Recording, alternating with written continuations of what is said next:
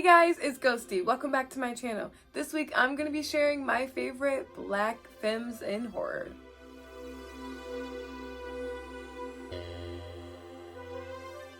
Happy Black History Month and also happy 4-year anniversary to my channel. Yes, 4 years ago I started my channel. My YouTube channel has become one of the few projects of my life that consistently bring me joy. I've been able to find so many great people through just making these videos, connecting on Twitter and Instagram.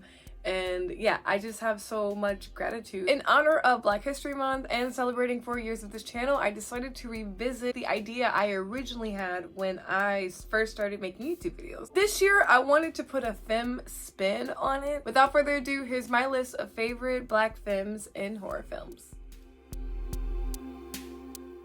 First, I'd like to say I'm so happy that they got Nia DaCosta behind the camera directing this film. I do not think that we would have gotten this secondary protagonist, Brianna, who is the partner of Anthony, the main protagonist of this film. But we get her story too. We get her background. We also see things that she's struggling with in her world outside of the Candyman folklore, as far as like her company basically just like using her to exploit her trauma, her boyfriend literally being a fucking loser. She's going through a lot here. Ultimately is the survivor of the film. She doesn't like go through all the same final girl cat and mouse, all her friends are dead, woo woo woo, but she is survived by the end and make sure that that fucking cop is killed by the end. When I put on Idle Hands, I didn't know Vivica fucking Fox was gonna play this witchy high priestess savior of the world. Side note, I love Idle Hands. Devon Sawa and Jessica Alba. It just has this whole like 90s stoner vibe that I'm here for. What really sets it for me is Vivica Fox fucking saves the day. Vivica Fox is like the only reason that these people know that there's danger and are literally saved. She's witty, she doesn't take no shit. She's just an all-around badass character. I love seeing Vivica A. Fox, who is a fucking icon. She has been in so many films.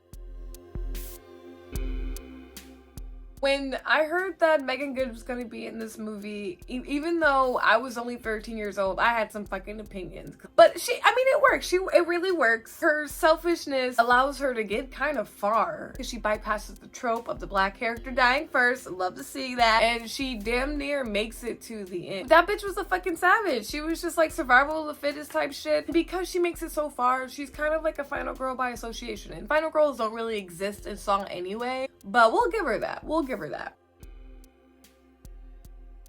Regina Hall is back on my list again. Her role, Gail Bishop, her performance in Master was just superb. I actually got a chance to revisit it between now and the last time I mentioned it for my last video. Check out my list, Horror 2022. I forgot that she quit her job at the end of that movie. Final scene, I have to give props to the director. It says so much. After she quits and she walks off campus, sprinklers come on and all the service workers who are people of color. If I'm not mistaken, I'm pretty sure they're all black, but I don't want to say that because it could be, because usually, if you know, service workers are not white people anywhere you go. And that's just, that's the shit we be fucking talking about. Next!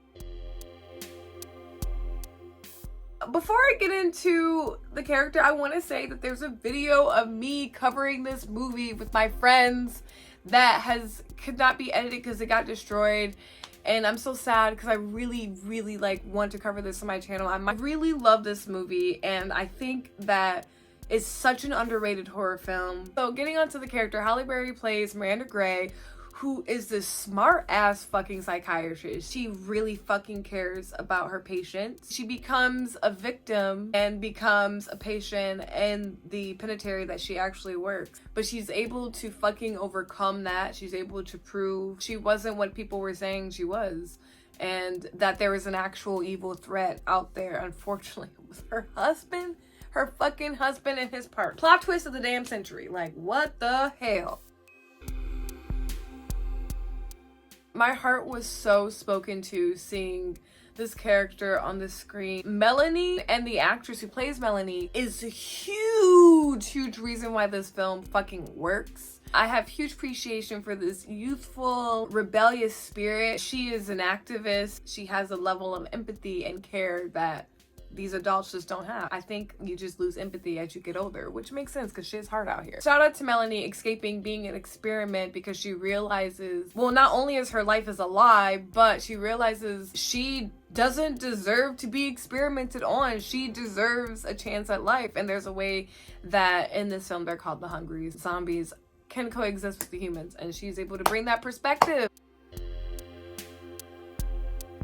Name a better kindergarten teacher. She's like, I'm gonna protect you, period. And she protected everybody, not even just little kids. The most fearless character in this movie, and dare I say, one of the most fearless final girls in horror. She was able to make sure that the kids maintained their hope, and like even with all the things that were going on, the kids were witnessing, she was just like, no, it's okay. And her use of singing, I'm not a big Taylor Swift fan, but I think Shake It Off is a great song to like sing for kids with the fucking ukulele. That's a kindergarten teacher. I decided to revisit all the Resident Evil movies last year, and it reminded me that Ashanti was in the fucking third movie. I don't know how I forgot. I was excited when I was a kid to see her in it, although I didn't think that she would act very well in it. But, I mean, she wasn't bad. She wasn't bad at all. Her death is tragic as fuck, though. It still gives me chills. I don't fuck with the swarms of birds. I don't fuck with that. And I do feel like they killed her off way too fucking soon. Because her and LJ didn't even get a chance to develop real romance. They were just flirt buddies. I don't even think they made it to the date. Let's talk about Keke Palmer. I'm not talking no Keke Palmer, although I could if you wanted me to. But I actually wanted to talk about Scream Season 3 because Keke Palmer's character is maybe one of two things that really make Season 3 work, because that shit is just... that was such a bad season. I was there for RJ Kyler, I think that's his name. I'm a huge fan of him. I'd watch pretty much anything he's in. And then of course Keke Palmer. And I love that they made her the horror enthusiast. She was the one dropping the knowledge. Oh god, I just loved seeing that so much. I was like fangirling the whole time. And she survives. She survived. She is a fucking Scream franchise final girl. Now that they brought back Kirby for Scream 6, who knows? I'm convinced that we're gonna get decades and decades and decades of Keke Palmer. She's gonna go down as a legend. And the horror community has her. She's ours, bitches. Happy Black History Month, guys. I hope that you are watching great Black horror films. You're supporting Black content creators, not just in horror, but outside of horror as well. I hope that you're supporting Black businesses. I hope that you are specifically cash apping a Black woman today. I'm a Black woman, you can Cash App or Venmo or Zelle. I take them all. Happy Valentine's Day for those that celebrate. Happy Galentine's Day for all those that celebrate. Happy Palentine's Day for all those who celebrate. Thanks guys for watching this video. If you liked it, you can give it a thumbs up. And be sure to subscribe to my channel. You can always hit the bell to be notified whenever I release new content. Follow me on social media. I'm on Instagram at Ghosdee_, Twitter at Ghosdee, and Letterboxd at Ghosdee. Thanks. I'll see you guys in the next video.